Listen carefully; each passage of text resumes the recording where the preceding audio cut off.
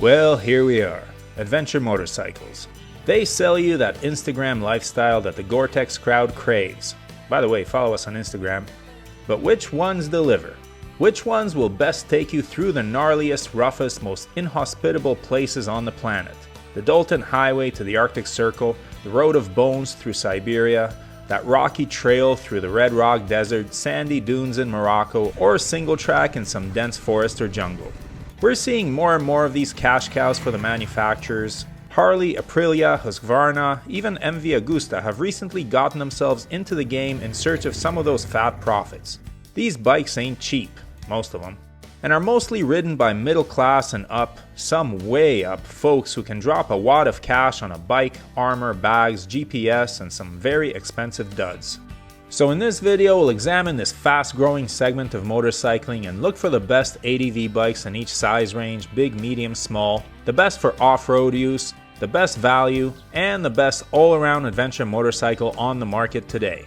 And I'll try to be as impartial as possible given that I ride a Yamaha Tenere 700 and my wife Brooke rides a Honda CRF 300L Rally. So let's don that dirt bike gear, pack the tire repair kit, boot up the GPS, and go looking for that perfect adventure steed.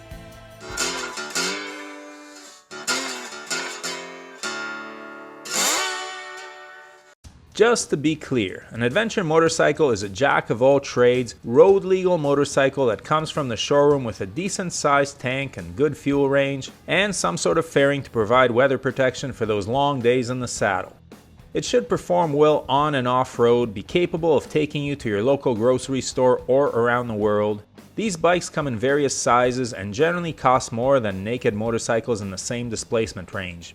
For the purposes of this video, we will break them up into three sizes: small or under 500cc, medium between 500 and 1000cc, and large over 1000cc. Arbitrary, I know, but our minds like to categorize things, and these seem like the most convenient lines to draw. We will also look for the best adventure bike off-road, the best value in adventure motorcycling, and then pit the winners of each category against each other to determine the best all-around adventure motorcycle. So if we're going to start, let's start big. Best ADV bike over 1000cc. These are high in everything: price, performance, prestige, and power.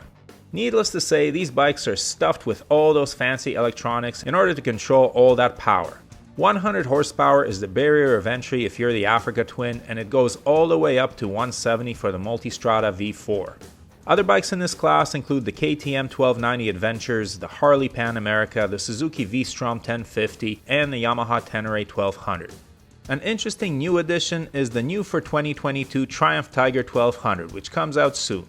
It has shaft drive and shares the triple engine from the Speed Triple, which is both light and crazy powerful, and includes the T-plane firing order, which has already been adopted by the Tiger 900. Triumph claims the lightest weight in the class, which if true may make this the best big ADV bike out there and the easiest to ride off-road.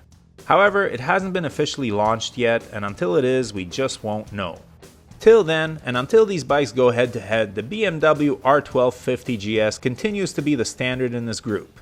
Its engine is not the most powerful, but it's very torquey, and its center of gravity is so low that despite the fact that this is not the lightest bike in the class, it feels among the lightest. And one of the reasons why this motorcycle is a bit heavier than the competition is the shaft drive, and shaft drive is awesome when you're going long distances because it is basically maintenance free. You can blast through gravel, sand, mud, and whatever else you want without needing to clean the chain. The drawbacks to shaft drive: higher weight, less efficient. But it's awesome for touring over all kinds of terrain, which is exactly what adventure bikes are for. So the Beamer is not the most powerful but very torquey, not lighter but lighter feeling, pretty low maintenance, and a lot of the engine maintenance can be done easier because those cylinders stick out the sides, and it has been around long enough that BMW has dialed in the ergonomics to perfection. These big bikes are built for long distance travel on pavement and gravel with maybe a smidgen of real off-roading. So given its comfort and performance virtues, and until we get a closer look at that Tiger 1200, the R1250 GS wins the big bore part of this comparison for simply doing these things better than the others. Now onto the middleweight adventure bikes, because these have exploded in popularity recently. They tend to be lighter than the big bikes. Oddly, they tend to be taller, especially the ones with bigger 21 and 18-inch wheels. They're also taller because they are often aimed at the more off-road crowd, which requires longer travel suspension.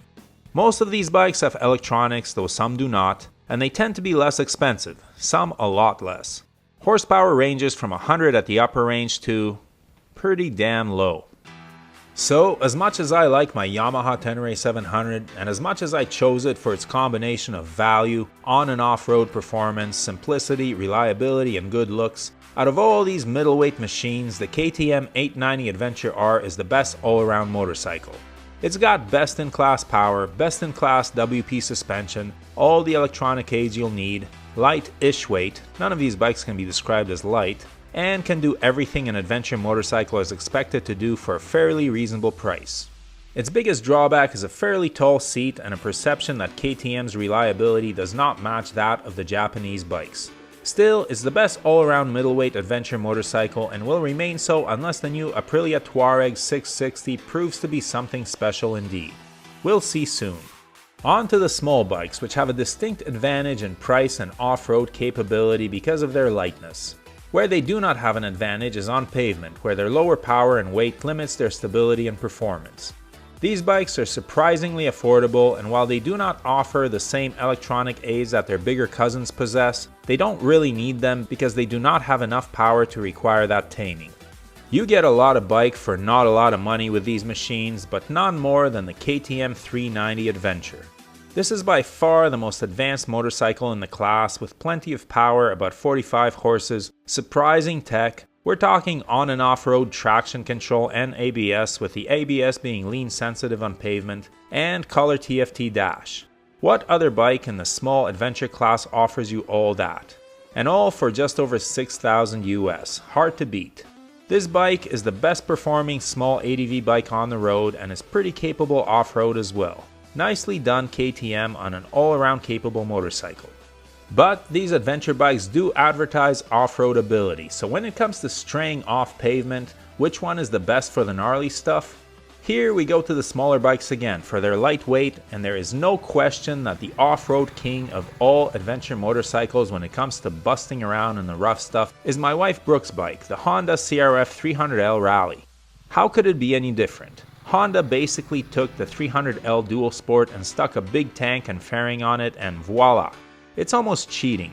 The lowest weight of any adventure bike in our market, 337 pounds wet, the most suspension travel and ground clearance of any adventure bike period, 10 plus inches, the big 21 and 18-inch wheels to roll over the roughest terrain. Yep, the suspension is soft and the bike is down on power, and the KTMs have all the off-road modes, don't matter. Lightweight, big travel, big wheels trump them all. And until other brands start turning their dual sports into adventure bikes out of the showroom, the Rally is the off-road king. It's simply easier to ride off-road than any other ADV bike, end of story. There is one other category that I wanted to cover in this comparison, and that is value. As mentioned before, ADV bikes tend to make your wallet considerably lighter. So which bike to get if you want to take that round-the-world trek on a budget? I'd like to say that it's my Yamaha Tenere 700, which used to cost $10,000 US and 12.4 Canadian. But Yamaha has raised those prices for 2022. But even at last year's prices, that's still a lot of dough for a fairly simple, if very capable motorcycle. Best value though? Close but not quite. The best value in adventure motorcycling is the OG of value, the Kawasaki Klr 650. Yup. Medium-sized bike at small bike price. Decent performance on the road, surprisingly capable off-road, huge tank, all-day comfortable, pretty reliable except for the doohickey, and it costs $6,700 US for the non-ABS base version, and the fully pimped one costs $1,000 more. No, it's not as nice as the Tenere or Adventure R, but the price difference is huge.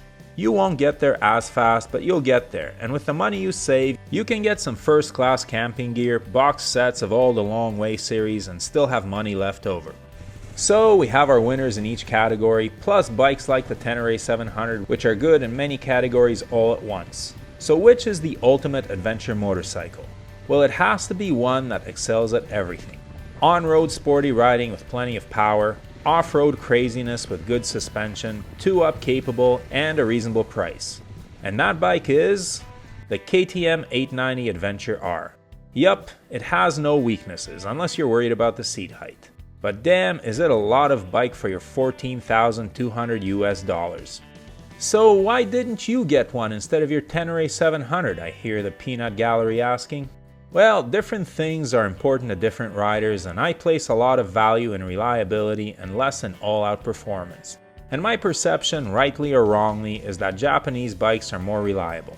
That's backed up by data, by the way. And the Tenere performs well enough for me.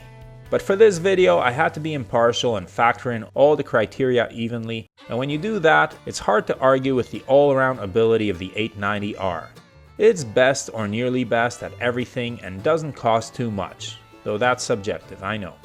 So there it is. Like I said, I tried to be objective, but of course other riders will apply their own criteria to their buying decisions and will probably place a premium on different features. Did I snub a bike you were sure was going to win?